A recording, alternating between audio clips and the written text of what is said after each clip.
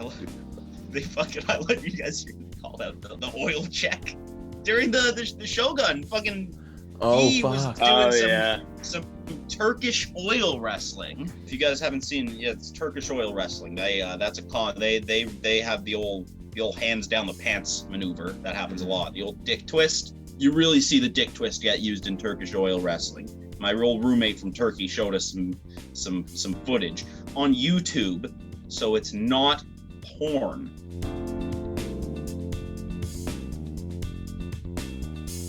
What is up, guys? Welcome back to the SmeshCast. It is Smesh Sunday. We are fresh off the fights. Deiveson Figueiredo defending his 125-pound flyweight title against Alex Perez with a first-round guillotine submission. Just caught it out of nowhere, had some mad scrambles on the ground, and just the second he sees him anywhere near him, wraps that arm around, gets him in that guillotine, and what an easy night, honestly, for Deiveson Figueiredo. Mm-hmm. What do we have to say that hasn't already been said? The man is terrifying. He is a terrifying ball of fury that, despite his size, scares me more than most fighters on the roster. He wants you to feel pain. I think that's all. If he can walk out of there with you hurt, then he's happy. And then winning comes secondary. God of War, man. The God of War. What's weird is that he was 125 pounds. What's weird is that he's 120, competes at 125 pounds, is one of the scariest fighters on the roster. Yeah, it's crazy. When you look at the guy, he looks jacked. He looks mean. That's the difference. That's what Dana was saying. Actually, someone asked, what's the difference between, they were looking at maybe shutting down the flyweight division, and you compare him to a guy like, of course, like DJ, like Demetrius Johnson, who was, of course, that flyweight champion for so many years, defended it so many times, and was at the peak of the sport, number one pound for pound of the world. But he didn't have that meanness to him, right? He was a true martial artist, and he still is a true martial artist. But Deiveson comes in, and he's an easy guy to market because you just show his highlight reel and you're like, fuck. Like, I was showing my roommates the highlight reels of him and Perez, and it was just finish after finish after finish. And they all look so fast, so brutal, so explosive. And it's just like, you don't expect this out of the 125 pound guys. You expect these to be the fights where it's a lot more, maybe just point fighting, right? You expect these guys to touch each other up but not really do any real damage. They're too small to really hurt each other. But no, Deiveson Figueiredo comes to take your head off or rip your head off with his fucking guillotine. Mm-hmm. Yeah, guy's an animal. God, he looked jacked. Like, for his size, he's a fucking like a picture of health right there. This guy's got got chimp muscles. He's just like no fat, just trimmed off all the imperfections. And he's just left as like the ideal perfect man. Fuck Costa. Deiveson Figueiredo. He is the king of bitches. He is a fucking beast. The man comes from the jungle, right? And so you can imagine the man must have incredible athletic ability to be, because he's growing up moving through crazy terrain. I'm sure he's moving quickly, moving slowly. I'm sure he was hunting at one point. The guy is just a freak of nature, and he's an animal. He's a wild animal out of the octagon and in the octagon. So now, with that win, it appears like Dana wants to turn him around very, very quickly. So on just 3 weeks' time, Dana wants him to take on Brandon Moreno, who also got a great win in the prelim headliner of last night. This, to me, sounds like a great idea on paper, except for the weight cut. Deiveson Figueiredo has already missed weight a number of times. He missed weight in key moments like that first Benavidez fight. Like, how can he miss weight in a title fight? And now he has to cut weight twice in 21 days. That, to me, does not sound like a recipe for success. Well, I mean, on a 3-week notice, I mean, the problem is Dana's been a bit of a gangster this year. He's been, and I mean that in a very negative way. He has been like telling fighters, like, giving them terrible deals, and then, they don't accept. Oh, they don't want to fight. Leave it. not interested in fighting. Dustin Poirier told me he did not want to fight. Like, come on, shit like that. And you got guys like Whitaker who are just like, yeah, I want to have like Christmas at home with my kids, so I don't want to fight until next year. He doesn't want to. He's like, I don't know what's going on, but he's fucking loser. He doesn't want to fight. He refused the title fight. He doesn't want to fight Adesanya. He refuses. It's like, no, he's like, I'll do it later. So Dana's been a fucking gangster this year. So I feel like there's a lot of pressure on fighters to, like, especially, you know, a guy like Figueiredo who's like a new champion, you know, like there's a lot of pressure to you know, just fall in line and do what Dana wants. And so it's hard to say whether Figueiredo is, you know, going into this with the complete willingness. Can I quickly jump in? To your point, I found it really interesting. I didn't think of it myself, but what did Dana say when he was talking about Figueiredo? He didn't say, "Oh, I'm going to see if we can turn him around. I'd like him to fight." He said, "I'm not letting him go back to Brazil." He didn't say, I'm going to talk to his manager, see if we can keep him around in Vegas a little longer. Maybe we can turn him around for another fight. No, I'm not letting him go back to Brazil. What a fucking gangster. Mm-hmm. The way, again, I want to say, gangster in this situation is a bad thing. Yes. Fuck Dana White. He didn't want to come on our podcast. I messaged him. I sent Dana a DM on Instagram. Not only did he didn't even read it. He did not even read my DM. Wow, what a dick. All right, well, Dana, you're out of the SmeshCast good books. Yep. And honestly, I don't see you, you know, maintaining your job for much longer with this kind of behavior. We're gonna see in 6 months' time, they're gonna come back begging us for a fucking interview. Begging us for an interview. But yep. We'll see what we decide then. We'll see how they behave. Yeah. Exactly. Fuck Dana. Do you have anything else to add on Deiveson Figueiredo? I mean, it was just such a dominant performance, so short. I don't know how much more there is to really say. Anyone have any last points? Perfect transition from when you know, he got taken down and just rolled right over, and like it was flawless. Like as he turned, his arm just scooped around his head and sunk in the guillotine. Like it was beautiful to watch. Muscle memory. That hanging when he dropped out of that takedown attempt or from the clinch into that like leg wrap where he was like pole dancing on the legs. That was very they call it half guard actually. They call it half guard, but pole dancing on the leg is. I call it pole dancing. Well, next time I go to BJJ class, I'll say, okay, I'm gonna go. I'm trying to get. I got from guard. I was able to pass one of the legs, so I was pole dancing on his other leg at that point. They call it pole dancing in fight circus. Yeah. Yes. You know, it's like the old saying goes: pole dancing is the best basis for MMA. Oh, of course, yeah. Core strength. Yeah, of course. Did you guys know that the poles? I didn't know this. This is unrelated to the fights. I did not realize for a very long time that the poles themselves rotate. Oh yeah, that's the classic dupe. They fuck with you that way. It's like I thought that this is just like an extraordinarily which it is still an extraordinary act of athleticism, but like I thought there was like it's like a lot of grease involved, and I guess it's a little bit disappointing to learn that is not the case. It's the young adults version of finding out that Santa doesn't exist. Yeah. So, well, moving on to our other flyweight championship bout, Valentina Shevchenko defends her belt in not quite as dominant fashion as one might expect, and yet I say that, but she still won 4 rounds to 1. I mean, it's amazing to see a woman to win 4 rounds to 1 and people to be disappointed in somehow in her performance almost. She had a very interesting strategy, I thought. She took down Maya 30 seconds into the fight when she clearly has the advantage on the feet. She's clearly faster. She's clearly more well-rounded. I had a very strong feeling based on that game plan that she didn't want to stand up. It was clear she doesn't want to stand up in the first 3 rounds, right? Like she was clearly taking her down immediately. I think it was one of 2 reasons. Either one, she might have still been injured. That MCL injury, she had surgery on her knee. It's possible she hadn't been training as much on the feet, or she's still dealing with that injury a little bit and doesn't want to stand up, or doesn't want to re-injure, or isn't quite as active as she wants to be on the feet, and so she wants to eliminate that problem of being on the ground. Or my other theory, Valentina notoriously does not train for her opponent. Valentina just trains MMA. She just says, that's my lifestyle. That's what I do. I just train all day. I live MMA. But she doesn't actually necessarily have a training camp that's built around a game plan for the opponent. And because of that, she's going to be always in the training room, classically just doing kickboxing, Muay Thai, and transitioning right into the wrestling, right into the takedowns. It's just what her muscle memory has been doing for so long, because she's just training in general.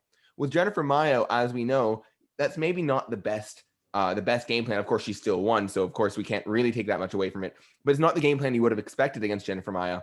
But when she's training this anyway, even if she's thinking actively, I don't want to take her down, when you're in the octagon and you're just going through the motions, your muscle memory takes over. And I think she just was going for the takedown out of muscle memory. And I think that might have been part of what was happening, in addition, perhaps, to a little bit of an injury scenario. It also could have been that, Maia is no slouch on the feet either. Like, she was handling the strikes pretty well and exchanging pretty well. And she had some great counters, and that, maybe Valentina wanted to bring her down to the ground a little bit, maybe suffer around, and sort of like get Maia to drain her energy a bit and like build some, lactic acid in her arms. So in rounds 4 and 5, she can come back and strike without Maia having like good defense. Or good power.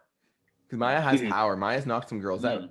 So I think that also could be it, right? She wants to slow down those arms and get rid of a bit of that power, so she doesn't have quite the same pop, and she doesn't have to worry about being knocked out in the 4th and 5th, and she can kind of just work her striking, work her flow, and just outpoint her and maybe get the finish, which she didn't. But that's kind of to credit of Maia instead of, I wouldn't say that's to Valentina's detriment. I think Maia is just such a tough girl. Valentina hits her with some solid shots, and Maia kept coming forward and was in there to win.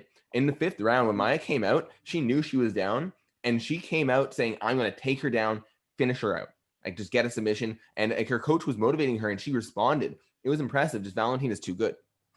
It was a very competitive fight, and like totally, for me, unexpected. I thought Valentina was just going to steamroll her, but I mean, both their stock went up, so it's good.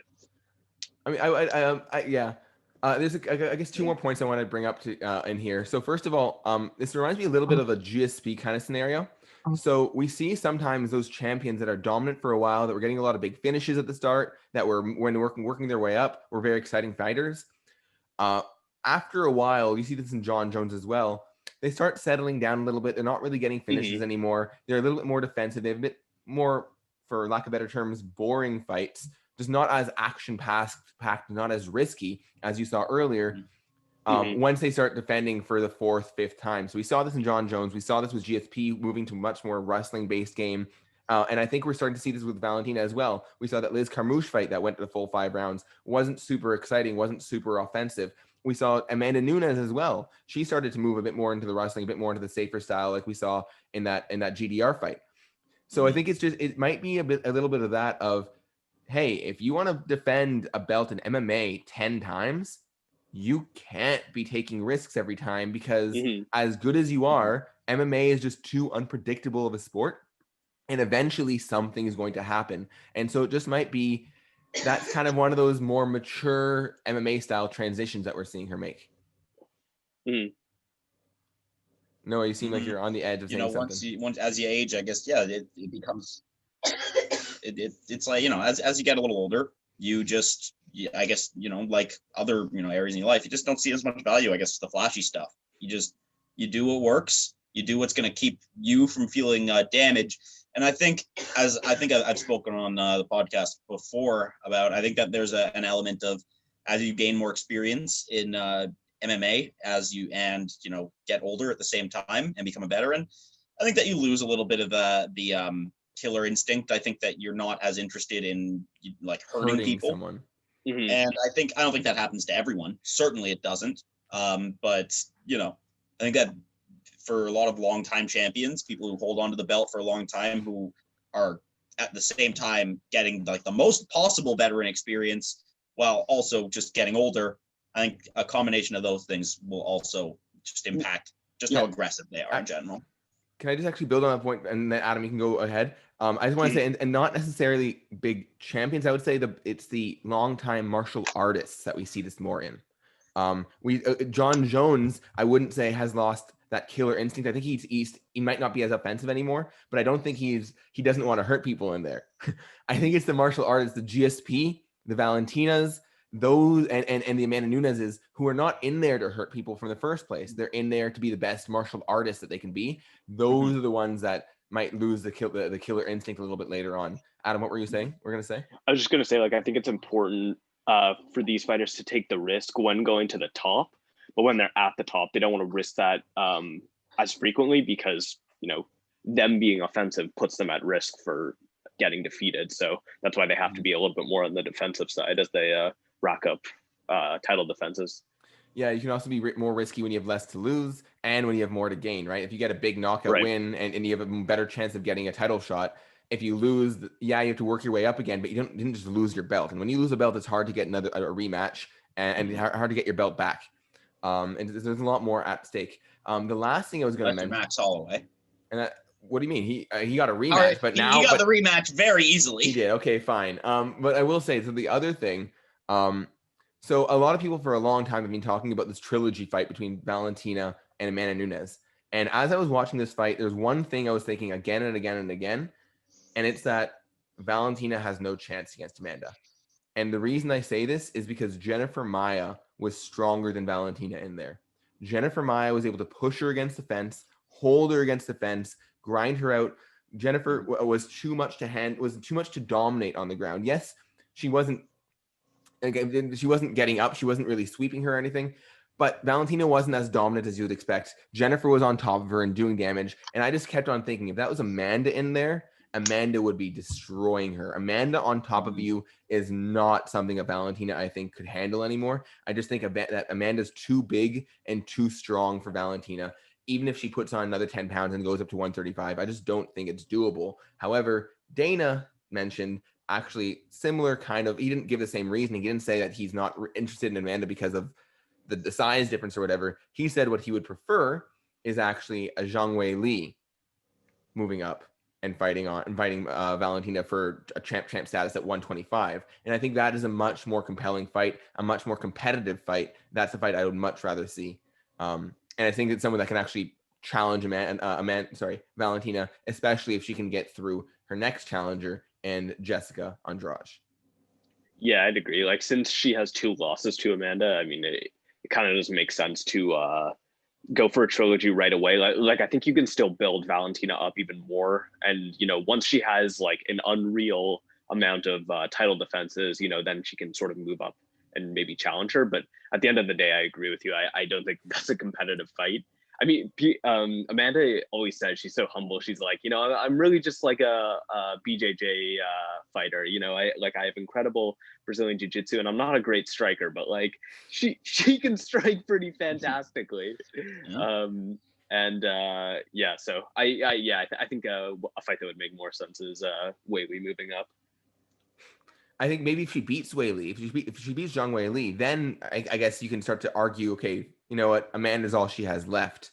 If she beats both Jessica Andrade and Zhang Wei Li, I mean, now you really can't deny her that opportunity. But I just think that, yes, Valentina will have the speed. I don't think that she'll have the power advantage. I wish she won't have the power advantage over Amanda. I don't think she has enough power to put Amanda out. And I think Amanda's takedowns and BJJ ability is going to be too much for Valentina and her size and strength. Moving on to our featured bout of the night. We had some drama. Joke of the night. Drama over the course of the week with Platinum Mike Perry, who took on Tim Means. Tim Means grinding out a decision. That was a great fight, honestly. That was a classic power versus boxer. Tim Means was outboxing Mike. That first round, Mike was almost got that submission, that rear naked choke.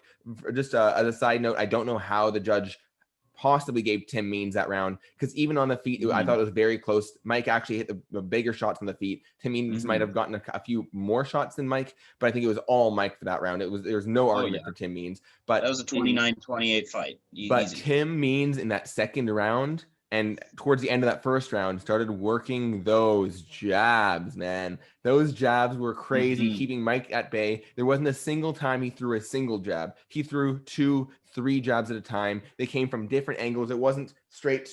It was straight, around, little uppercuts. It was just weird angles in Mike's face, annoying him, but Mike kept moving forward, and you saw the damage accumulating on that guy's face. His nose must have been broken. He was busted up. Both his eyes were all swollen. It was just a great fight by both guys. I still think, regardless of all the drama, which we get into in a second, Mike Perry's stock still went up. As a fighter, I want to watch Mike Perry again. Strictly as a fighter, I would say, I guess. Yeah. But I think his character weighs too heavily on his career. Yeah, I'd say so. He's not, and you know what? If he was as good as a guy like Connor, maybe it would be enough for me as an audience member to set aside. But he's not that good. And who the fuck misses weight by 5 pounds? It does happen. That like. Yeah, but so rare. And then who's missing weight by that? But and then he spoke so much shit beforehand, though. Bragging about all the shit he's eating. Like, not to interrupt, but like from last week when Paul Felder gave that huge speech about I come in here on 5 days notice. I cut all this weight. I was dead Thursday night, and even in the embedded, like Paul and him meet in the atrium of the hotel, and they're like talking. I don't know. It was just a strange experience. And by the way, just quick shout out to Paul Felder. Paul Felder. So Paul Felder, who fought on this last weekend, and then on 5 days notice fights instead of commentating, and then 3 days after that, he comes in and commentates Dana White's Contender Series 3 days after his 5-round, 5 days notice fight. What a legend, Paul Felder. But back into the Mike Perry situation.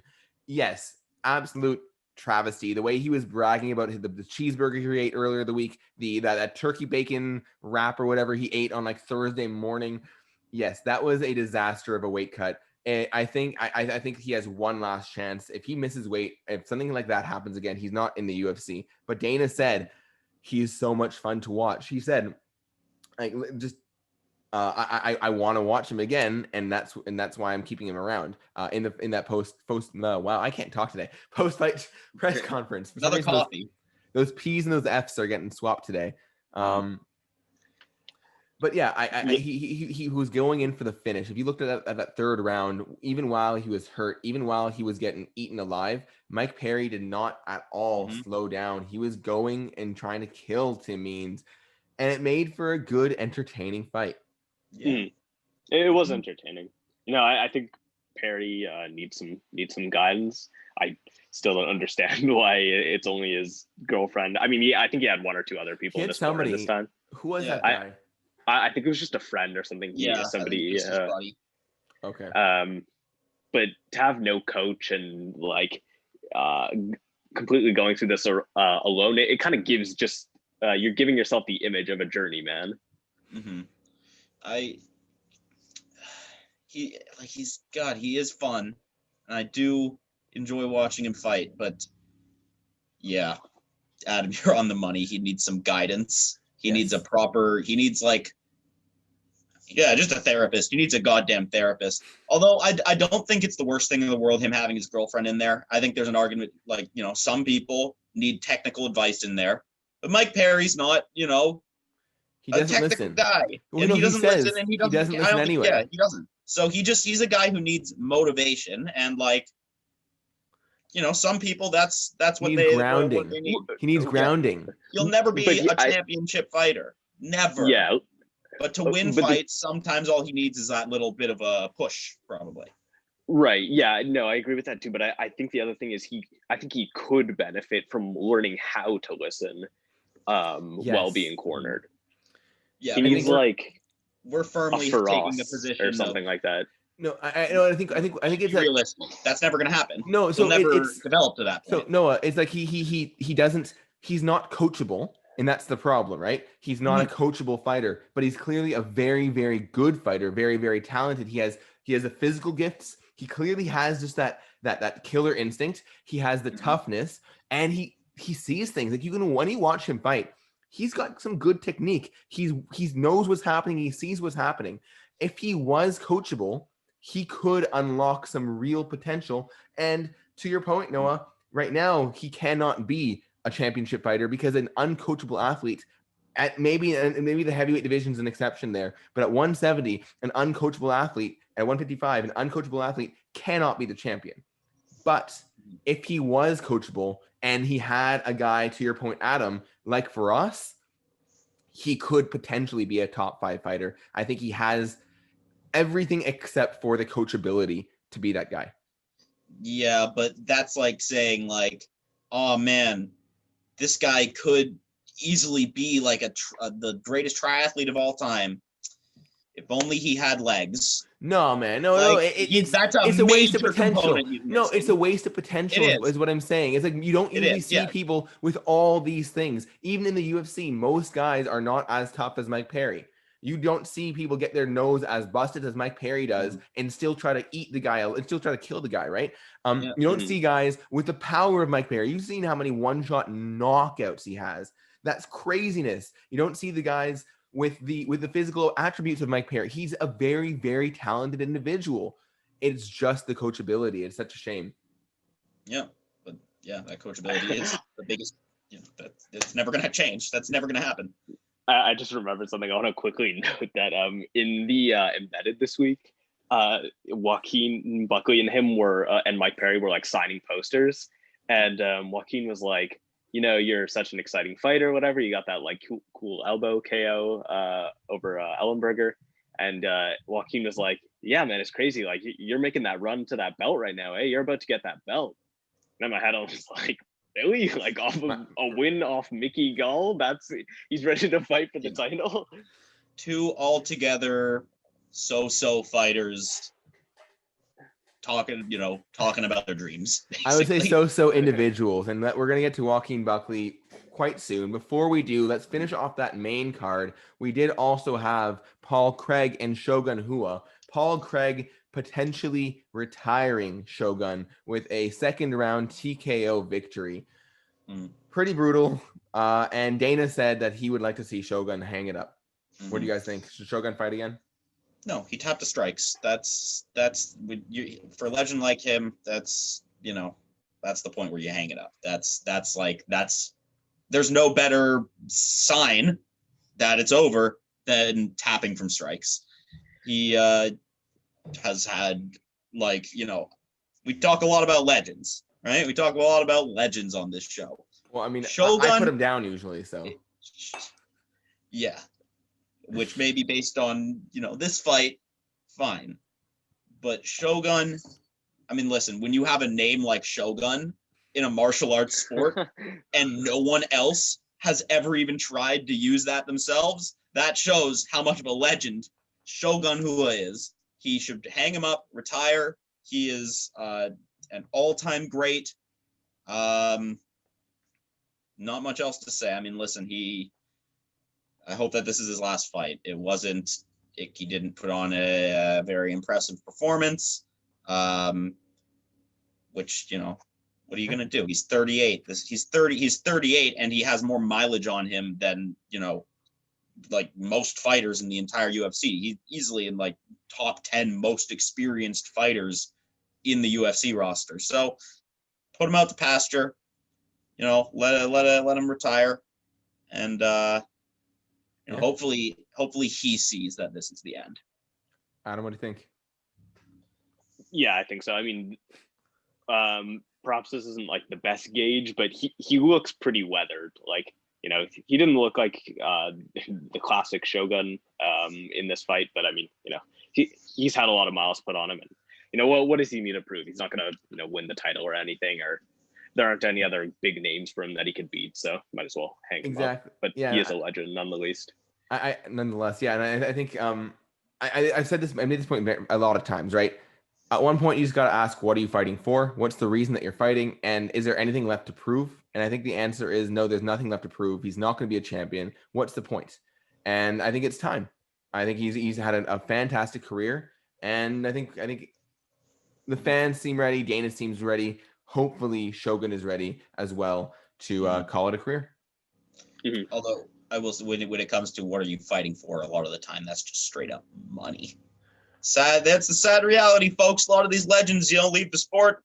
Not a whole lot of money.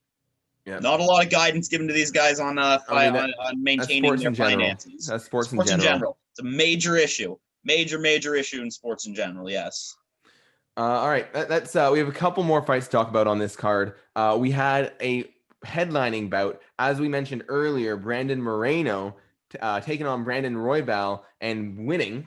And he will get the next fight against Davison Figueiredo, hopefully, or potentially this upcoming December. What do you think of Brandon Moreno's performance in that big win over Brandon Royval, which, Adam, we both predicted that Royval would win that fight last week. So I guess I'll let you start off on this one with our falsehoods of last week, our bad predictions.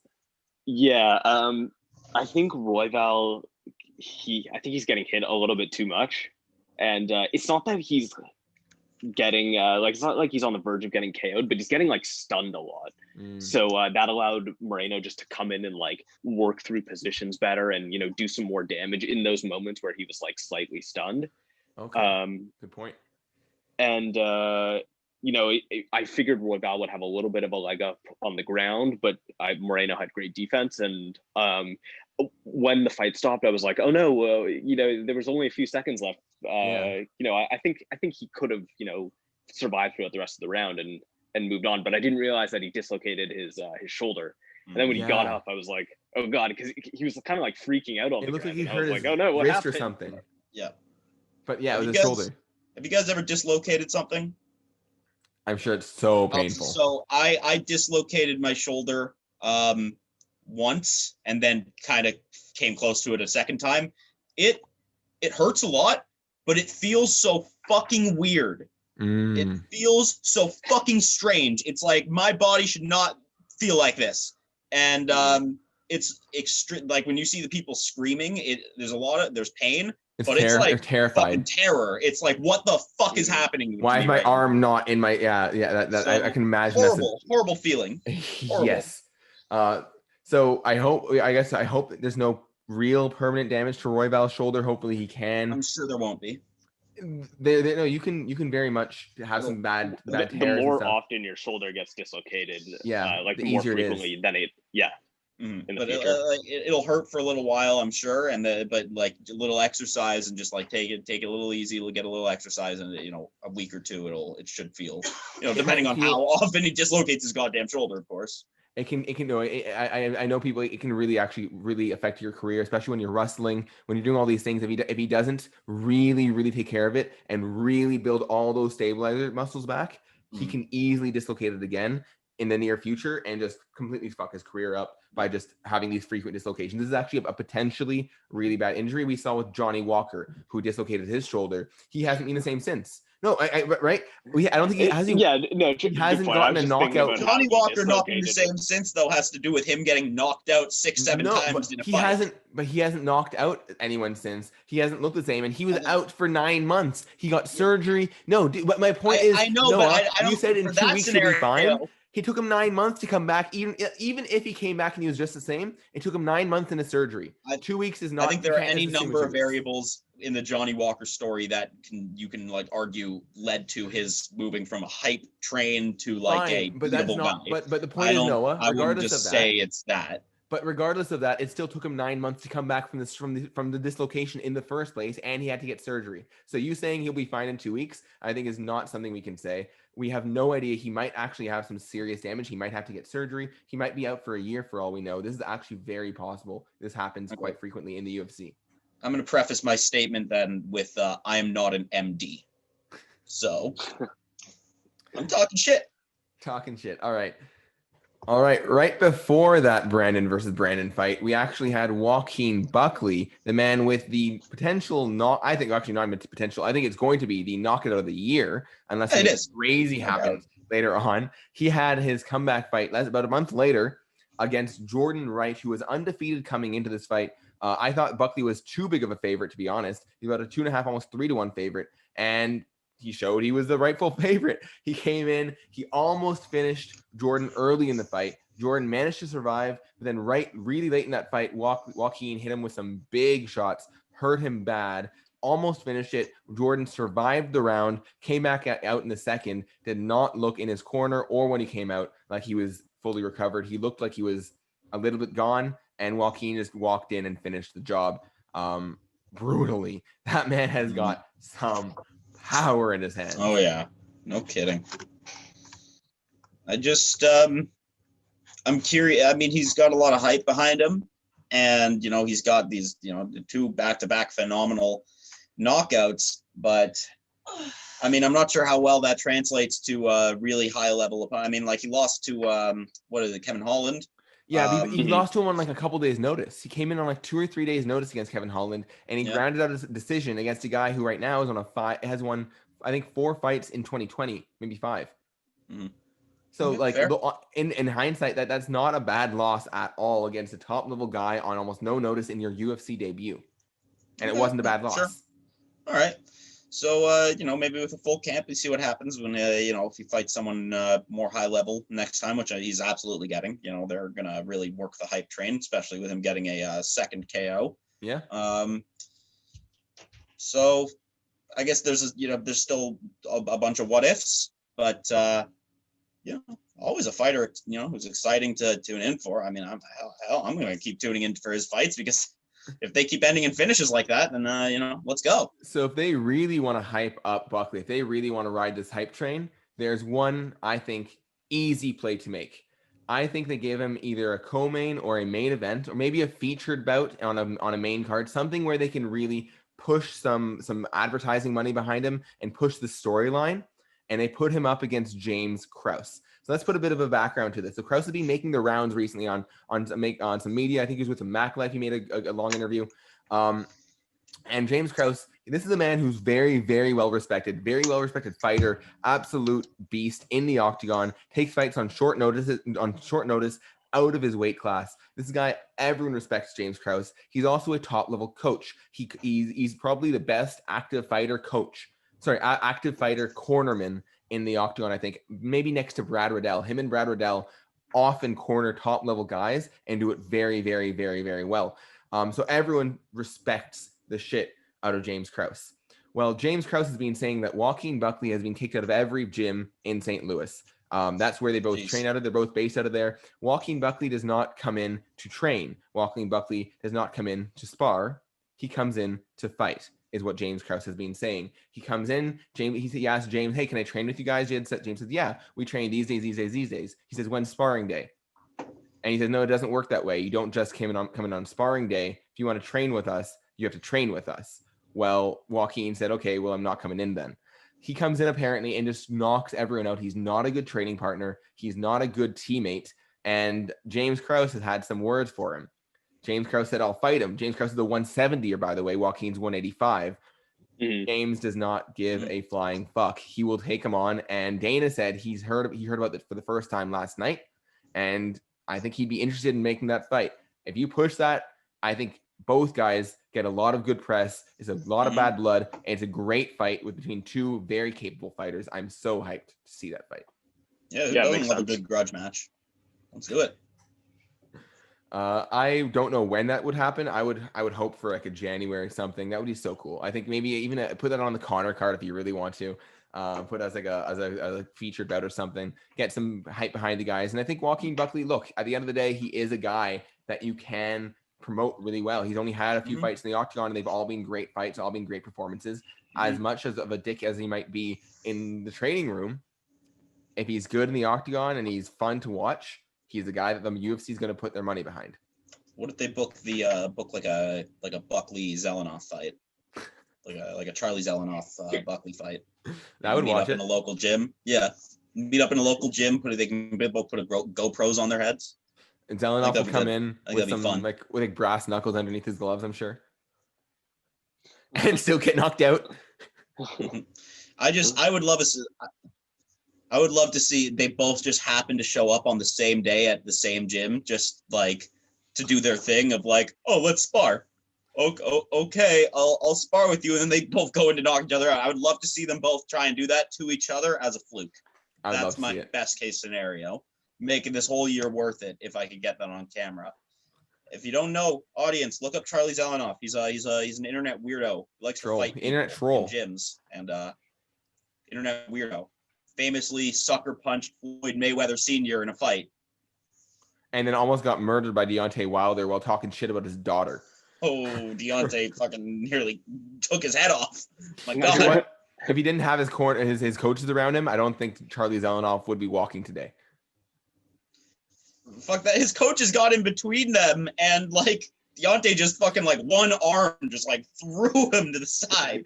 He didn't give a fuck right there. Please look that, Google the YouTube that. Maybe put that link in our description. Fucking Charlie Zelenoff, Deontay Wilder.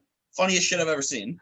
All right, one last fight that we want to talk about. I'm gonna let Noah you talk about this because you were talking real big talk about this fight. This is a great fight to start off the prelims. The very first fight of the night was Louis Cosce, a Dana White Contender Series alum, just from this last season, making his UFC debut against Sasha Palatnikov. And Palatnikov, Cosce almost finished it in the first round. Great scrap. Palatnikov came back, ended up finishing Cosce off in that third round with a KO TKO. In what was ended up being the fight of the night. Noah, take it away on this one. I mean, shit, you really just said it all. It was a phenomenal start. I mean, I always say you should always tune into the prelims if you really want to see some like fun, wild scraps, because a lot of the time, they'll surprise you and you'll find some guys who really just are hungry and want to prove themselves, and that's exactly what they did in this opening round. These guys were both hungry, but Palatnikov, I hope I'm saying that right, he just was really evasive. He was really slipping in some like just a lot of high pressure punches, and God, what a fun fight. And he also had those great leg wraps, those Cosmo and Wanda leg wraps, and those were a lot of fun to look at. So overall, that was just a great way to start the night. They got to start the night with these high intensity, high pressure fights more often. Yeah, and just shout out, as you were saying, to those leg wraps. I love when the guys come in with I like they just had different colors. They were nice and neon. They were added a bit of flair to them. It makes it a bit more memorable. I'm not gonna lie. I like when guys like him or like Sean Sean O'Malley who do a little something just to make themselves a bit more memorable. Add a little bit of color, add a bit of flair, and make the audience know who they are. 6ix9ine really changed the world of marketing. Oh God, you got to get more face tattoos. More face tattoos, rainbow hair, anything that gives you a little bit of like a little flair. Easy marketing right there. And you would see that before and after of Sean O'Malley, of who he was like 5 years ago, and then what he looks like now. And it looks like he's like a former meth addict. He's like gone through some terrible drug problems. He looks like he's related to like Post Malone or some shit. He looks like he spent 3 years in Hollywood and yeah. His skin looks like wallpaper in like a house owned by smokers. All right, well, let's move on. We've got some, but a quick snapshot is not, Let's move on to the news. We have some really, really big news from this week. Let's actually start off with the breaking news of the week. This was announced maybe 2 hours ago, just before we started recording this podcast. It hasn't even been made official yet, but there's been rumors that apparently Peter Yan is out of his title fight against Aljamain Sterling. He has some sort of injury and will not be ready until January or maybe February. This is a game-changing injury. We had what was supposed to be Amanda Nunes defending her belt and Yan defending his belt on this card, and that's why they wouldn't put Conor Poirier on this card. After all that drama, both those title fights are off, and it looks like, as we mentioned earlier, they're going to have to replace And they're going to replace Jan with that 125-pound Davison Figueiredo against Brandon Moreno bout. But that's quite the turn. I hope that fight still happens in like pretty soon, though. I hope it happens in January, February, as they're reporting it might.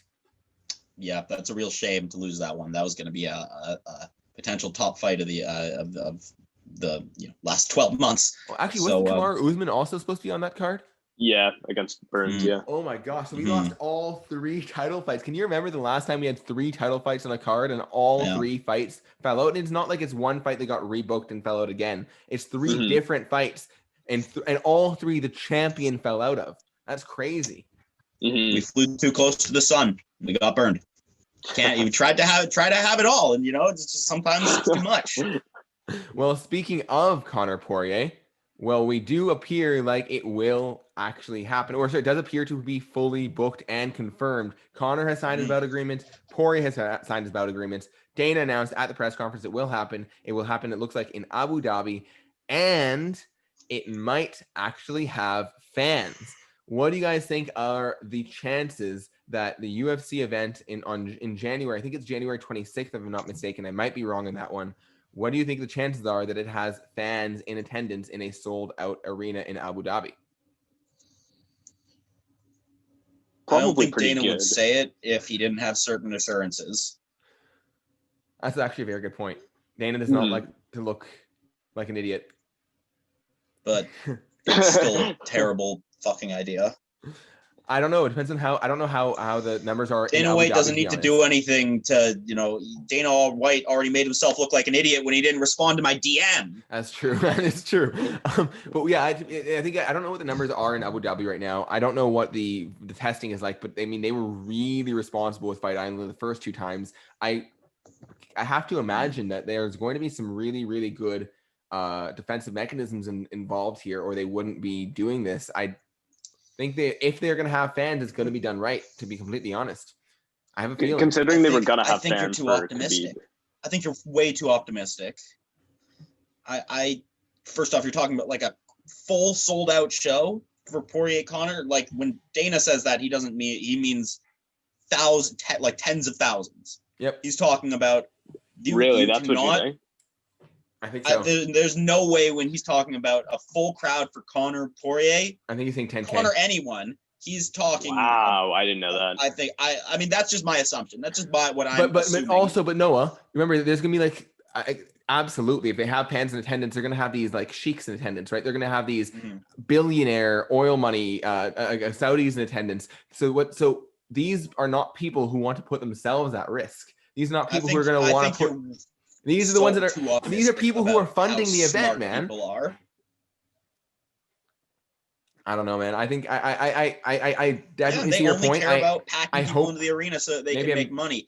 Long-term consequences be damned. But it's their own consequences. Billionaires get pandemic fatigue too, But I don't know. Maybe we'll see. I do not like it. I think it's. I don't like it either. But I think that it's a very bad idea.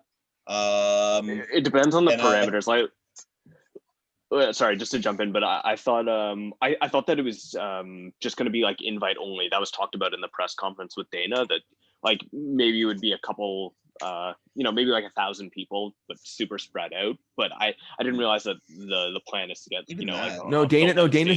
Dana said I'm not coming back unless I can sell out an octagon. I'm not going to a 20,000 person stadium and selling 10,000 seats. He said that. I refuse to do that. He wants to go all or nothing. Here's the fun thing. Here's what I want to know. If Dana, for a fight where Dana, if he packs an arena, I want to know if he's sitting in that arena watching right next to the octagon as well, or if he gets himself, I don't know, a nice little penthouse hotel room to watch the fight from that time. I don't know. That's a good point. I think that would be very telling. But no, I don't think that these guys give a fuck. I don't think it's going to be handled in any smart way. I think it's all about making a shit ton of money because they've had a lot of losses this year. And yeah, I wouldn't be so optimistic about Dana was all but saying like, oh, I hope that Trump becomes president so that we can pack arenas in America. If he's thinking to do that, there's no way he's thinking about the repercussions of this. And not to mention, how are they checking people to make sure they have COVID when they're going into places? they usually check their temperature. There's been like a lot of research coming out now showing that that's like a completely just not helpful in curbing the spread of the virus. I don't think it's going to be done in any smart, measured way at all. And the only thing I can think of is if they get people vaccinated in there. And if that happens, I'm going to be pissed No, if a bunch of billionaires get their vaccination before me. Chill out, dude. It's not going to happen that quickly. Not to that scale. Let's move on past this because I think we were just waiting for a lot of information, and once the information comes in, we can talk a lot more and see what they're actually going to do. It's interesting to speculate, but I think it's just speculation at this point. Let's jump back onto that December pay-per-view card because it also had some other big movement, a major addition to that card in Tony Ferguson's return after that beating he took back in May, and he's going to make that return against Charles do Bronx Oliveira in a crazy fight. These guys are both, I think this is the slashing and gashing elbow. It's like the Spider-Man meme. Like because they both have very similar styles in the sense that they're both very active on their feet. They're long, rangy fighters who you like to use a lot of slashing elbows. They're very entertaining to watch, pressure fighters, and they both have unbelievable ground games. That is such an exciting fight to watch everywhere. They're both so offensive in the BJJ as well. I cannot see one guy sitting in the other one's guard and just trying to lie there. It's going to be on the feet action or fucking BJJ and ground and pound action the whole time. I am so hyped for this fight. The one thing I will say that goes a bit against Tony is that it's a 3-round fight, and Tony is a fucking workman. In a 5-round fight, you can't outwork Tony Ferguson unless you beat him up like Justin Gaethje did. And I think that's going to go in Bronx's favor a little bit. Well, I guess we'll sort of see what happens. I mean, if they're not able to get Figueiredo for the title fight in December, I assume that would be the main event, that they would try and make Tony and Charles the main event. I don't know if that can headline a pay-per-view though. I think if anything, if they can't, if they have nothing else to do, I have a feeling what they could do is they can move it back.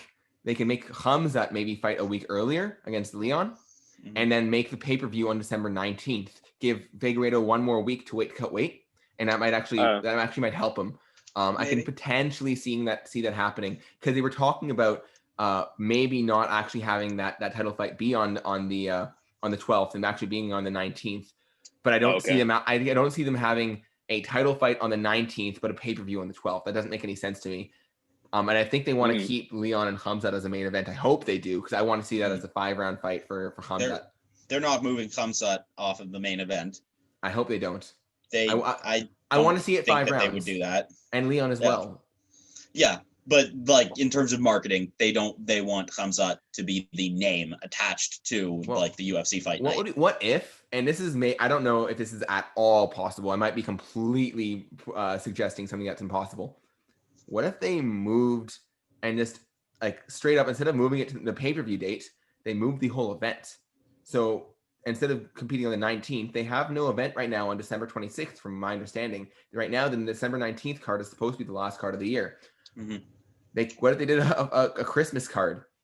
I don't think they want. I don't think they can get enough fighters to fight on the 26th. I think that's the problem. I don't think any fighters would want to actually fight like that. But that would be really cool. Yeah, that's the big thing is the fighters. I think that they want to make sure that the fighters are home for Christmas. I don't see Stephen Thompson not being home for Christmas. Actually, I'm gonna be honest. I just realized no one is going to buy a pay-per-view on Christmas. Yes. Okay, so that's actually off the books. No one's watching fights on Christmas. God, what do you guys think about Jose Aldo and Vera? That was also added on. So that's going to be added on to the Khamzat card. So that Khamzat card is being stacked. I don't know if I've seen a non-pay-per-view card this stacked since maybe that Return of Fight Island when they were trying to stack some crazy cards.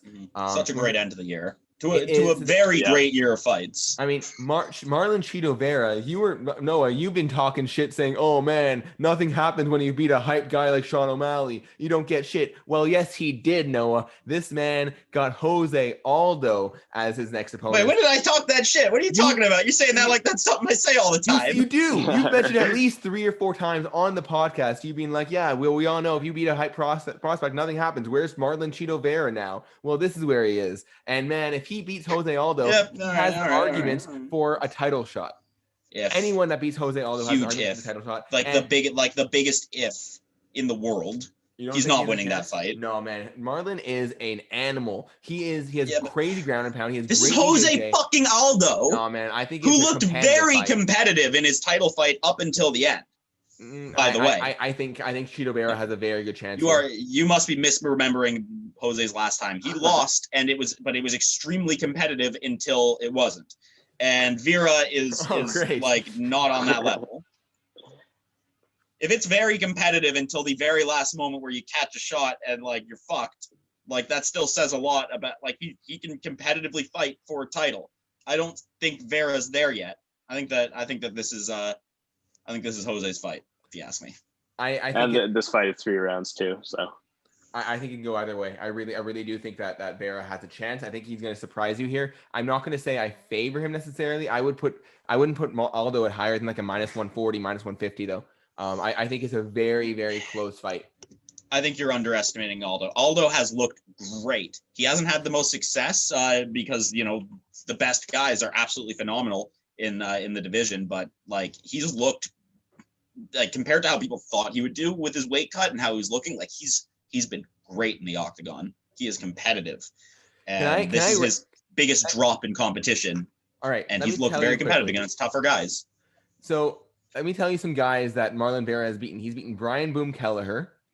He was coming into the Sean O'Malley fight. He had a 5-fight winning streak, and then he lost to Song Yadong by split decision. But most people would actually say that he should have won that fight. So he was on a 6-fight winning streak, according to most people, coming into that Sean O'Malley fight. Now he'd be a 7-fight winning streak. This is no slouch that we're talking about. Marlon Vera has been around for a long time, and he's a fucking animal, dude. Jose's not?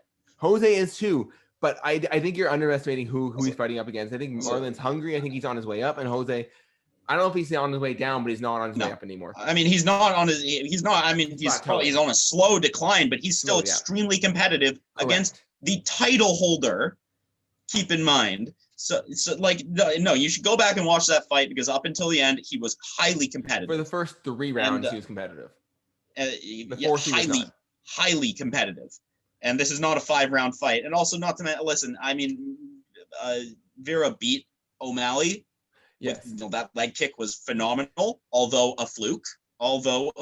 Yeah, agreed. And I think that up until that point, I mean, he didn't look like I thought that O'Malley was going to beat him. I think if it wasn't for that leg kick, O'Malley would have beat him. Absolutely, but look at how O'Malley fights.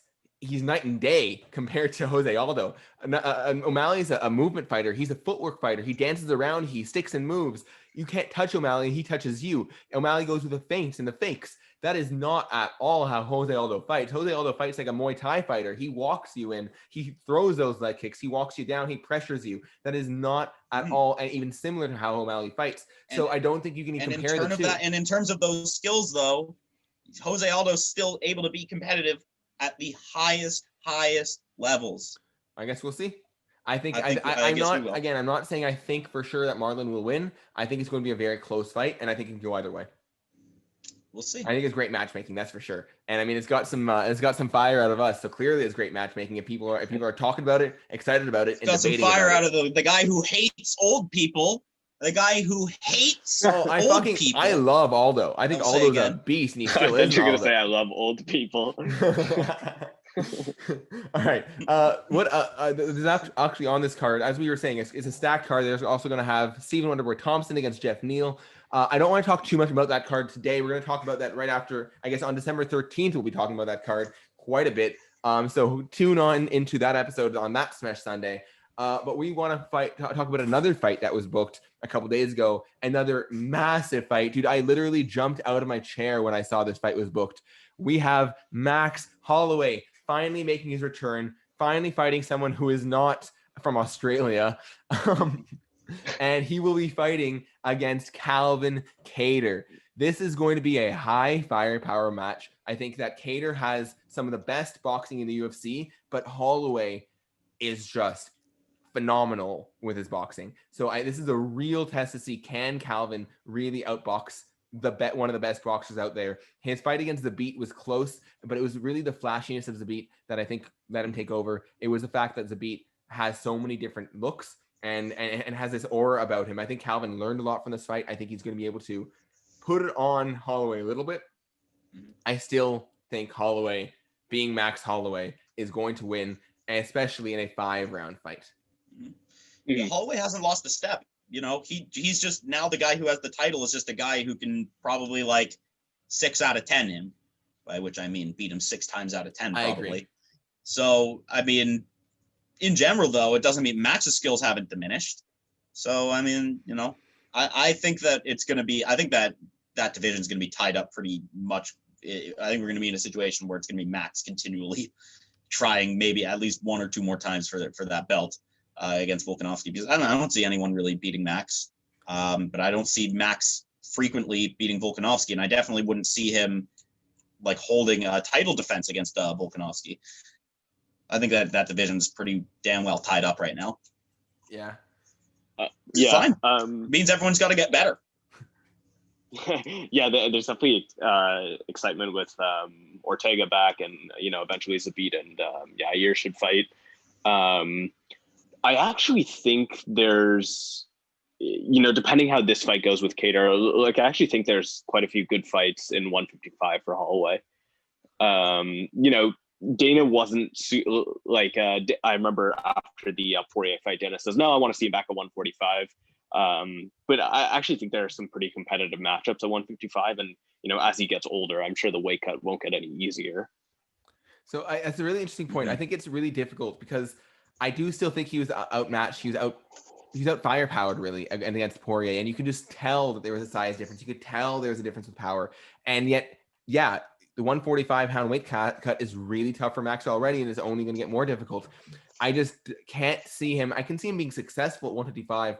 I can't see him becoming the 155-pound champion. And it's a really tough spot for him because when you have a guy like Volkanovski who's beaten you twice already, you're going to have to win a couple fights to get that rematch. And I don't know, maybe he can beat Volkanovski, but in a 4th fight, he's not going to, I don't think he's going to win twice against Volkanovski in a row. I don't think, well, he can. I wouldn't favor him though. Additionally, I actually feel really, really bad for Calvin Kattar in a way. And I almost put him in the same category as, I almost think of it as kind of similarly to how I think of Anderson Silva. So Max Holloway was a champion forever, it seemed like. And it seemed like everyone for so long was just thinking, oh, who's going to beat Max Holloway? Before that was Jose Aldo, but it was being Max Holloway for a while now. Well, now Max Holloway is still that same guy. I don't think he's taken any steps down from when he was a champion. So beating him is just as hard as it was before. And if you beat Max Holloway a year ago, you were the champion of the world now. People were like, holy shit, you just beat Max Holloway. How did you do that? You're a legend. Now, if you beat Max Holloway, which is just as difficult, big name, really impressive. All right, now you get to fight for the belt. Now you get to maybe become champion. You get to have an opportunity. Your reward is fucking Alexander Volkanovski, and you don't even get pay-per-view points for it. Yeah, I just feel so bad for the guy. And it's funny, Anderson Silva when he lost to Weidman. Sorry, go ahead. It's funny how you say, a year ago, if you beat Volkanovski, you'd be a fucking legend. You're like the best fighter in the world. Or if you beat Holloway, Volkanovski did that, and everyone fucking hates him. Everyone fucking just talks shit. Doesn't believe him. No, but to be fair, that's because of the second fight. If you look at the odds coming into that second fight, you know what the odds were? It was like 2.5 to 1 for Volkanovski going into the rematch. Max was not supposed to do as well as he did in the rematch, which again I think he did lose. I think Volkanovski did win that rematch. But besides the point, though, I'm talking in terms of like the public opinion, like odd makers be damned. And so you're right. It wasn't quite there, but I think it was partly because of the way that Max reacted after, kind of saying he didn't really feel like he lost, which I think he clearly did that first fight. But it's just it just sucks. I just feel so bad because imagine if Calvin Kattar knocks out Max Holloway a year ago, or Calvin Kattar knocks out Max Holloway in 2 months, and the difference in impact that would make in Calvin Kattar's life. Yeah, It's the nature of the sport, always changing. All right, this is time now for Noah, for you to take it away on your experience of viewing last night's Fight Circus. And by Fight Circus, I am not talking once again about Mike Perry against Tim Means. I'm not talking about any of the UFC fights. I'm talking about the event, Fight Circus 2, that took event place of the year in Thailand last night. Noah, take it away. It took place in Thailand in reality, but on my TV or on my computer screen, it took place live streaming on a porn site. So Cam Soda has, I guess, teamed up with or started up something called the Fight Circus. I don't know what to call it, but there's been 2 of them this year, and it's exactly what it sounds like. So when I tuned in, the first round I tuned in for was the spinning ninja shit round. That was the round where they had 2 fighters who were only allowed to attack with spinning attacks. Just a lot of capoeira, spinning kicks. The only really effective strikes in that round were one guy landed like 4 spinning elbows, and those were the only hits, like strikes that really landed. He still lost, and then the commentators argued about whether it was racist that he lost because he beat him. It was a whole fucking mess, is what I'm trying to say. There was the fight between the members of a nu metal band and the members of a punk rock band. They just slugged at each other. They fought. Not much else to say there. A bunch of skinny, weird music nerds fighting each other. So that was a fucking mess, of course. They had big, fat boxer versus very, very tiny Muay Thai fighter. That was a good one. They also had big, fat, regular dude on the street versus 2 tiny, tiny boxers all in one, just in one thing. There was a bare knuckle boxing match. They had the Say Mercy leg kick match, which was very, very fun. That's where you just alternate leg kicks against someone until someone let's stop on that uncle. for a second. I want to talk about that. That has to be the most amazing idea I've heard ever. Because I think the Say Mercy, like trading punches or that slap, the Russian slap contest, that's fucking stupid. You're just giving each other brain damage. But this right here, you're fucking each other's legs up. You can't walk for weeks. It's amazing. Or months. Well, it's both. But it's amazing. But this is a brilliant idea. I would pay. I don't know if I would pay for a Russian slap fighting contest, but I would pay good money to watch Jose Aldo and Max Holloway, or to watch like Justin Gaethje against Edson Barboza, just trading leg kicks 1 for 1 until one of them taps out. That is everything for me. Take my money, shut up and take my money. I need to see that. Well, guess what? Totally free. I found a link, and it's just on their main Cam Soda website. So just, next time they do it, keep an eye out for Fight Circus. You watch it for free. And you know who else watched it? You know who watched it in person? We got a phenomenal surprise appearance from the man himself, the legend, Mr. Bob Sapp. The walking Fight Circus. The boulder, the oak tree. So I gotta ask Noah, Sapp. how does he look? I haven't seen him in years. Is he yoked like he's still on roids, or is he now fucking kind of humongous? fat? That man never got off the roids. Oh, he's still on the roids. I imagine he went off the roids and then he kind of melted into a blubber ball. No, he's still on it. That's good. Respect. Guy's a fucking animal. And I'm so glad that I'm sure that they gave him like a personal invitation, because how can you have the Fight Circus without the Fight Circus? Do you think they paid him in juice? I think they probably fed him with tickets to the all-you-can-eat buffet. Oh, I was not saying drinking juice, but okay. I know, I know, but he's a chunky guy. I'm sure he brought his own steroids with the food. They had to sweeten the pot a little bit. Gotcha. But yeah, only in Thailand could they air something so outrageously fucking ridiculous. And I'm so pleased that I got to experience it. The first Fight Circus is up on YouTube in its in its full 3.5 hour duration. I'm sure they're going to upload this one to the Cam Soda YouTube account. So go ahead, go on YouTube, Fight Circus. Just fucking skip to any point in those 3.5 hours and you're going to find something stupid. It's going to be great. Have you guys ever watched Ellis Mania? The comedian Jason Ellis. I haven't seen it, but I know. So I'm a huge fan of the BYM, I Believe You Me podcast. Right, yeah. With Bisping and Lewis and Lewis's and so their producer, Mike Harrington, just fought the producer of Ellis's podcast in the octagon. And no, it was on a floating platform on a lake in water. So it's like one of those like things where you have the big Q-tip things and you like no push them off. Boxing while they're boxing instead. Yes.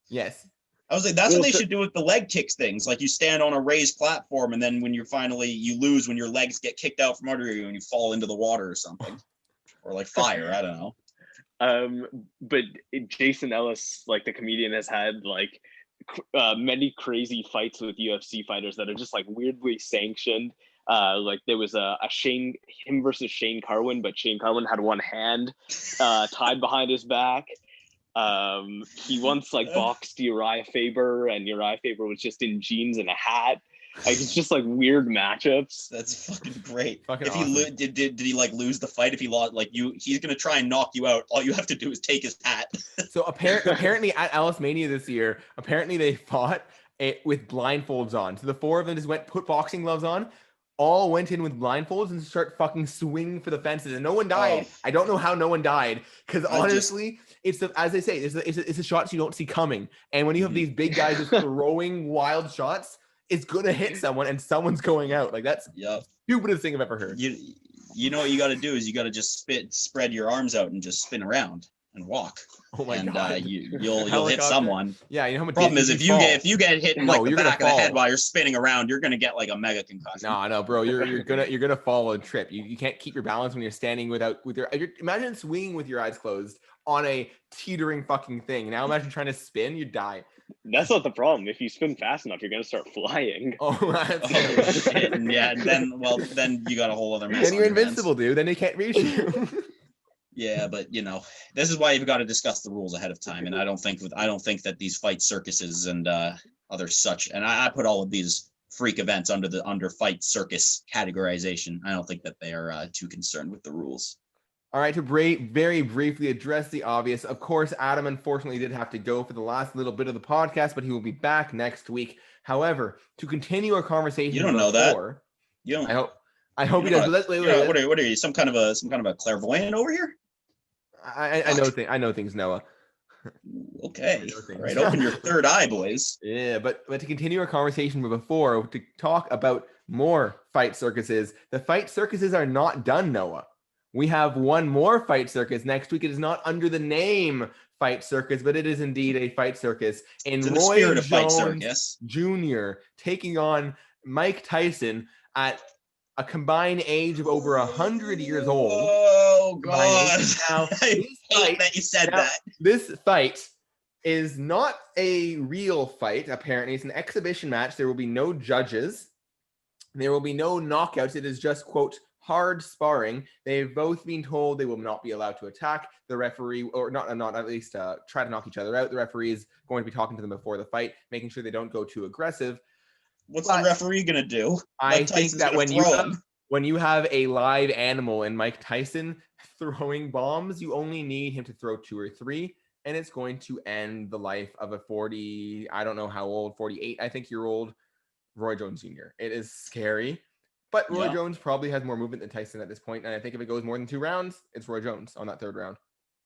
I don't even want to think about this. This makes me feel disgusting in the same way of Chuck Liddell and Tito Ortiz. And yet, you're going to watch it. Oh, well, I mean, yeah. You're going to watch the shit out of it. I mean, yeah, whatever. What am I? Some kind of like a fucking idiot? Of course I'm watching that shit. All right, everyone's watching that shit. Bets on. Who are you calling? Roy Jones, Mike Tyson? Sorry. Actually, there's no winner, but in your own mind, if you're going to score it in your own head, who would you score it for? Who do you think you're going to score it for? Like, I don't know shit about boxing. I certainly don't know Roy Jones Jr.'s career. I barely even know Mike Tyson's career. So with that said, Mike Tyson's got in the bag, obviously. Come on, I mean, he's Mike Tyson. And actually, here's the more, to be honest, that's not really the fight I'm hyped for. That's is the Jake Paul fight happening? Is that happening? Dude, the Jake Paul against Nate Robinson fight. This is probably the best fight of the year, I think. Is that next week? This is the fight of the year. This is the co-main event to Mike Tyson. Yes! It's Jake Paul, Nate Robinson, a basketball player against a YouTube fighter. and they will be fighting. I think whoever wins this fight, I think is probably the fighter of the year for 2020, in my opinion. I don't know who you call. Hold on, you sold Jake Paul as a YouTube fighter. He's a YouTuber. He's a musician. He's a podcaster. Oh, a musician? You call him a musician? He's a sound maker. He's a sound maker. He makes sounds. He is a maker of music, much in the same vein as the Beatles were makers of music. Oh yes. And prolific. He's changing the rap game. He's changing the YouTube game. He's changing the podcast game. Now he's changing the fight game. Jake Paul is. He's a Muhammad Ali, I would say. And guess what? Dana White. He doesn't read my DMs. He doesn't want to come on the podcast. Jake Paul, mark it next week. Hey, Jake Paul. Mark it on your calendar. Coming on. Jake Paul will be on the SmeshCast Jake Paul on November 29th, 2020. Boom. I wanted it to be a surprise. I really wanted it to be a surprise. No, dude, I want to get some views. But we can't, we gotta build up the hype. We gotta build up absolutely. The hype. Jake Paul is coming onto our podcast. He's going to do an exclusive performance of his new song. And he's gonna, he's just gonna talk, wax poetic about the fight game, about his philosophy through life. Yeah, but let's move on to our kind of background fight. This is a bit of a no one really cares about this fight when you're talking about Jake Paul, but I mean, if you're gonna go to the real, I guess the casuals who don't really know fighting, they're gonna be watching the Curtis Blades against Derek Lewis. That is actually Curtis Blades. Derek Lewis, never heard of him. How many songs have they put out? How many streams on Spotify do they have, huh? Oh, we need Tyron Woodley to come in here. I want to do Tyron Woodley against Jake Paul in a rap contest. Holy shit. I wanted it to be a surprise. I really didn't want to let you guys know. Rap battle. Next week, Tyron Woodley, Jake Paul. Be battling. They're gonna do a rap battle while they're fighting. Okay. But in all seriousness, Curtis Blades against Derek Lewis is actually a very influential and a very exciting fight for the heavyweight division. We're gonna see that just get up technique of Derek Lewis against Curtis Blades. Lewis says he's actually gonna try to wrestle Blades, and he thinks he can offensively wrestle Blades, which I would be shocked if he could do. I'd be hyped if he could do. If I could see Derek Lewis offensively wrestling Curtis Blades, I will be all in on him on Derek Lewis. Well, Derek Lewis is no slouch, in the grappling game, I think. And, he's definitely, since he's lost a little bit of weight and cut a little bit, he's so much more slippery while still maintaining that same, unbelievable strength that he has. God, what a matchup. This is a fun one. And it's hard to say who's going to win this match. So here's what I'm worried about. I'm worried about the ugliest, the sloppiest 4th and 5th round you've ever watched, Data 5000 or 3000, whatever the fuck his name is, against Kimbo Slice, kind of 3rd round, of two guys who can't walk, just falling on each other. That's I think heart attack in there. So you're worried about this fight going from a great fight to a fight circus? Yes, that's exactly what I'm worried. I'm going to have to turn on the Nate Robinson against Jake Paul fight, because it's going to be more entertaining than this by the end of the fight. I guess we'll have to wait and see. I'm hopeful that Lewis, he has more energy to expend since he's cut weight a little bit, and hey, that's all it's going to take is that one hard punch. So hopefully it doesn't get to that point. Exactly. We also have a great co-main event. Actually, this I didn't even know this was coming. I didn't know this was booked until I looked it up. Damn. Hanacho Moicano is making his comeback against Rafael Fiziev. Fiziev is this Thai fighter. He's not from Thailand, but he's a Muay Thai style fighter. He trains out of Tiger Muay Thai. He's a teammate, I believe, of Peter Yan. This guy has some of the craziest trunk movement I've ever seen. You know how guys go for those big those big head kicks, and you've seen some guys do the fucking matrix avoiding those head kicks? Yeah. Fiziev has the best matrix avoidance of head kicks I've ever seen in the UFC. I've seen him do it. I don't know if you've ever watched Morning Kombat. They have this thing. They have this segment called "Have You Seen This Shit" on their Monday show, where they just do these highlights of MMA from these underground MMA shows, or animal on human violence of dumbasses doing stupid shit, getting hurt. It's a great compilation for 10 minutes at the end of the show. It's awesome. Well, they showed about a year ago, this random Muay Thai fight where this guy did this crazy matrix. Then Fiziev comes into the octagon and does the exact same thing. Turns out it was Fiziev from a year ago. And they're like, and he did the exact same thing. They played it side by side. Last time he did it, the guy is really fun to watch. He's some great stand-up. And Renato Moicano is also quite a beast. He has gotten knocked out by Korean Zombie. He has gotten knocked out by Jose Aldo, but he's got also beaten some top-level guys. And he was fast-tracked for the title before he lost to Aldo. He was supposed to fight Holloway if he had beaten Aldo. That ended up going to Volkanovski when he beat Aldo instead. So that's a good fight to watch. The other fight I wanted to mention, and I was shocked that this is so low on the card. Anthony Lionheart Smith making his comeback after his recent loss to Alexander Rakic and his previous loss to Glover Teixeira. He's coming back against Devin Clark in quite a step up for Devin Clark, but quite a step down for Anthony Smith, both an opponent and where he is on the card. And buzz. There's no buzz behind this. No one's talking about Anthony Smith. I don't think Anthony Smith has ever been the most marketable guy. I think he's a great talker. He's a great guy. I like him, but I don't think that he's a guy that's going to get like mainstream attention. I think when he's on the broadcast, when he talks, he's really good to listen to. When he does interviews, he's a really interesting guy to listen to. I would like to see a future for him as a commentator in the octagon. I'd really like to see more, or at the very least, maybe not as a commentator in the octagon, at least in those post-fight, pre-fight shows. I think he's a really, really, really interesting guy to talk to. He's a very, very intelligent man. Oh yeah, and very analytical. And I don't know if he's going to be champion anymore. He has so much respect. Everyone has everyone's respect. I'd like to see him make that transition. Like Paul Felder.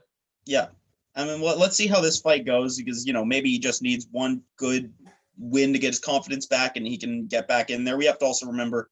I mean, but who's to say how this weighs on his mind? But he had that very traumatic incident where he had to fight off a home invader, which absolutely takes a mental health, a toll on your mental health when you're fighting every day. So who knows how much that has impacted him. I don't want to speculate on that, but maybe he just needs a good win to get his confidence back, and maybe then he can start getting some higher level competition. But I'm not surprised with how he's being marketed, or rather how he's not being marketed, because yes, he's intelligent, analytical, very interesting to listen to. But who gets the mainstream attention? Characters. Anthony Smith, he's not a character. He's himself. He's just a good, nice guy to listen to, who's smart and, clearly has, some strong critical thinking skills. But he's not a character. He's not playing like an entertaining character. He's someone that people who really like, who already like him, it's going to add to his stock. But I don't think it's going to take a mainstream fan and make them a big fan. I put him in the Paul Felder category. I have a guy who is just all a blood and guts fighter, has everyone's respect, an absolute warrior, never gives up, has really good skill, is just not going to be a champion, but also just a great talker. And I'd like to make him, again, as I said, I'd like to see him make that transition. Become an analyst. I'd like that. Yeah. Go ahead. Sorry. I actually because I forgot to mention this earlier, and it sucks I can't gauge Adam's opinion. But when you brought up Paul Felder, made me think of his little weight cutting rant. I don't know if you saw John Anik's suggestion for weight cut for people missing their weight cut. I wanted to get your opinion on it. What he thinks should happen is, rather than losing 20% of your purse, if you miss weight, you are no longer fighting for a win. You are fighting for a no contest. Those are your options. He suggests those are your only options. You either lose or you get a no contest. I kind of like that. I think that's a very smart idea, honestly. I just don't think anyone's going to fight anymore. I think it's just going to completely eliminate all fights where someone misses weight. It's just, I think it would fix the problem. I just don't know if it would cause, I think it would cause a little bit too much. I think maybe I think maybe this should be a threshold. So maybe if you miss by more than 3 pounds, let's say.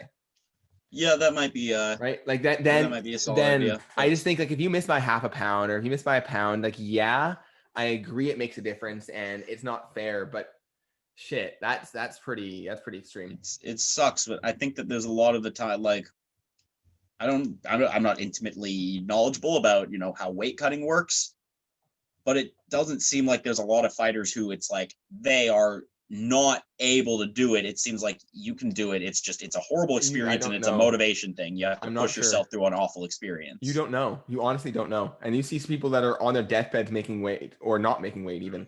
I think there are for sure cases like that. I just think we can't make a generalization because there's a lot of cases where these guys. Sure. I think weight cutting is just super dangerous. I think overall, I'd like to see it just not be a thing. I'd like to see them put in some sort of other like the hydration tests like they do in one. Whether or not that works, we don't know. I'm not too knowledgeable about alternative methods of making people having to make weight, but I mean, I don't ever want to see a situation again. Like, I mean, if Perry was, a more skilled fighter and he came in with all that extra muscle and power he had, he could have killed someone. Okay, I mean, that can happen anyway. I don't think it's the weight necessary that you can say that. I mean, like, yes, it maybe it's a major advantage. It gives him the advantage. I don't think that you can be like, oh man, this is more dangerous because they're not making weight. But anyway, regardless, I agree. They have to do something about it because at this point it's getting a little ridiculous, and I'd like to see them just get rid of weight cutting. Yeah. I mean, sure. All right. Yeah, that's just before we move on. Before we finish off the show, I just want to shout out one fight that I think is going to be the fight to watch on the week. The low key fight of the week. I think you should make this a new thing. The low key fight of the week. And my low key fight of the week is Spike Carlisle, the Alpha Ginger. He is taking on this weekend. Wow, I don't even remember who he's taking on. Let me check. It's funny that this is your top underrated fight of the week because this is also my another segment that we like to pepper in sometimes. My top fighter name of the week. Okay, name's Spike. We'll go. I don't have to explain myself. Oh, forget that. No, not even that. So Spike Carlisle is taking on Bill Algeo. Spike Carlisle is a man to watch. He is so much fun to watch. He is a power striker. He is a power wrestler. He just comes in to take your head off. But Noah, if you're going to talk about why he's the fighter name of the week, forget Spike. I don't know why you're underselling this. Do you know what his nickname is? This man is the Alpha Ginger. How can you be making a big deal about his name being Spike when his name is the Spike, the Alpha Ginger Carlisle? This soulless motherfucker is going to take souls. Kill. No, he's going to come and take your soul. He has no soul. He knocks you out, takes your soul, and he still doesn't have a soul after, but he tried. So he's still hungry. He's always hungry. Always hungry. He's always looking to take your fucking soul. So top name, top underrated fight of the week. And it's the first fight next week, 7 p.m. Eastern time. Everybody tune in. Watch that one. Spike Carlisle, Bill Algeo. All right. Well, I guess that is going to be it for our episode this week. As always, please like the video, comment, subscribe. Sorry that Adam couldn't make it quite to the end there, but he will be back next week, we hope. He'll be back. He'll be back with Jake Paul, Tyron Woodley, and please, everybody, message Dana White. Tell him come on the SmeshCast. We can get a good lineup for next week, and it's going to be our biggest show yet. And if he comes, we'll take this episode down. We'll get rid of all that shit talking we did for him. I don't know if he'll like that so much, but it's okay. We'll get it. We'll get there. Dana White's a shit talker. He'll understand. Yeah, he'll understand us. All right. I'd like to see. Maybe he can do a rap battle with three of the guys as well. That's true. Woodley and Jake Paul. Find out who's the greatest rapper alive right now. Possibly Dana White. Well, on that note, for Noah, for Adam who left earlier, and for myself, Rowie, we are out, and we will see you next week.